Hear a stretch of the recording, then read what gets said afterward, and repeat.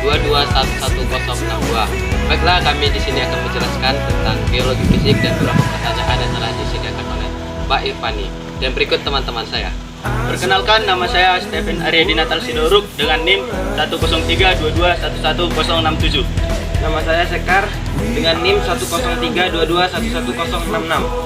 Oke, lanjut, kami akan menjelaskan beberapa hal berikut ini. Udah. Baiklah, di sini saya akan menjawab pertanyaan pertama, yaitu jelaskan mengenai stratigrafi, pengertian, prinsip stratigrafi, hubungan stratigrafi dan jenisnya, dan tambahkan ilustrasi gambar pendukung. Pertama, pengertian stratigrafi. Stratigrafi adalah suatu cabang geologi yang mempelajari tentang bentuk, susunan, distribusi geografi, korelasi, klasifikasi dari lapisan batuan, khususnya sedimen. Selanjutnya, prinsip-prinsip stratigrafi. Origin horizontality atau asal horizontalitas. Kedudukan awal pengendapan suatu lapisan batuan adalah horizontal, kecuali pada tepi cekungan memiliki sudut kemiringan asli, initial dip, karena dasar cekungan yang memang menyudut. Kedua, superposition atau superposisi. Dalam kondisi normal, belum terganggu, pelapisan suatu batuan yang berada pada posisi paling bawah merupakan batuan yang pertama terbentuk dan tertua dibandingkan dengan lapisan batuan di atasnya. Ketiga, lateral continuity, keseimbangan lateral. Pelamparan suatu lapisan batuan akan menerus sepanjang jurus lapisan batuannya. Selanjutnya, hubungan stratigrafi dan jenisnya. Pertama, hubungan vertikal, yaitu hubungan yang mencerminkan kedudukan satu pelapisan terhadap pelapisan di atas atau di bawah aspek waktu. Hubungan lateral, pelamparan lapisan bawah yang mencerminkan pola perubahan yang dipengaruhi keadaan cekungan aspek ruang. Pertama, vertikal. Vertikal selaras. Siklus sedimen berlangsung secara terus-menerus, transgresi, regresi, maupun kombinasi di antara keduanya. Ketidakselarasan. Ketidakselarasan merupakan bidang stratigrafi yang menyatakan adanya interupsi dalam catatan stratigrafi karena erosi permukaan orogenesa. Selanjutnya, lateral.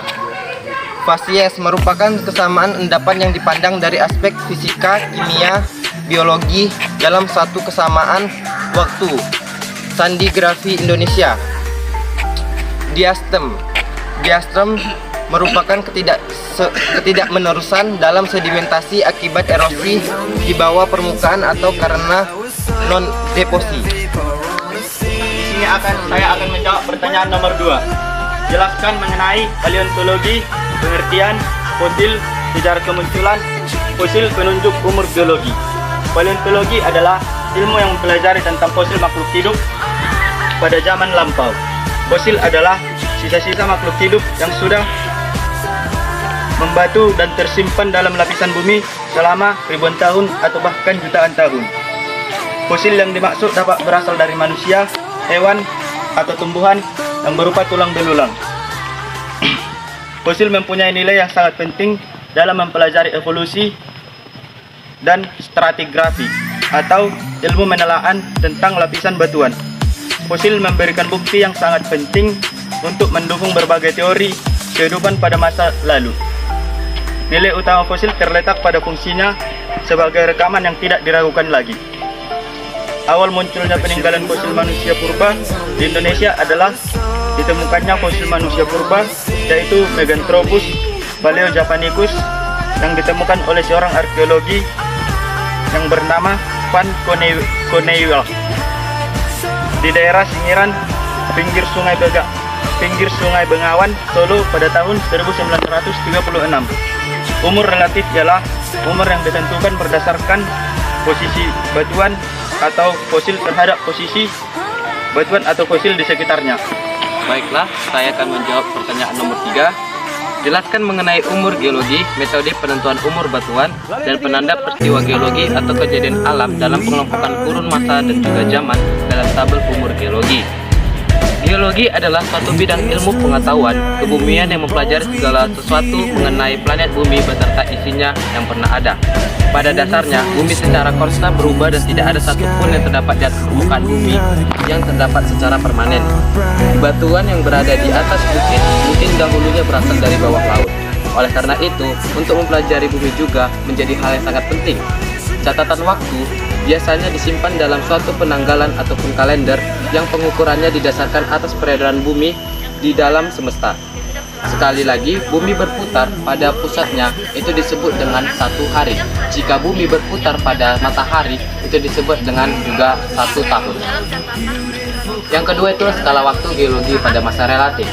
Yang pertama yaitu adalah kurun masa Phanerozoikum kepada masa Kenozoikum pada zaman Triassic dan juga Tersier yang berskala Holosen dan juga Politosen. Yang tersier yaitu Pliocene dan juga Miocene, Oligocene, Eocene dan juga Paleocene. Yang kedua yaitu Kapur Akik, itu terjadi pada kala akhir dan juga awal. Yang ketiga itu Jura, terjadi pada kala akhir, tengah dan juga awal. Yang Trias yaitu akhir, awal dan akhir awal. Dan yang ketiga yaitu Paleozoikum pada karbon atas, karbon bawah dan juga Devon yang terjadi pada skala akhir, tengah hingga awal. Para ahli geologi pada abad ke-19 dan para paleontologi percaya bahwa umur bumi sudah tua dan mereka menentukannya dengan cara penaksiran. Penentuan umur batuan dalam ribuan, jutaan, bahkan miliaran tahun dapat dimungkinkan setelah ditemukannya unsur radioaktif.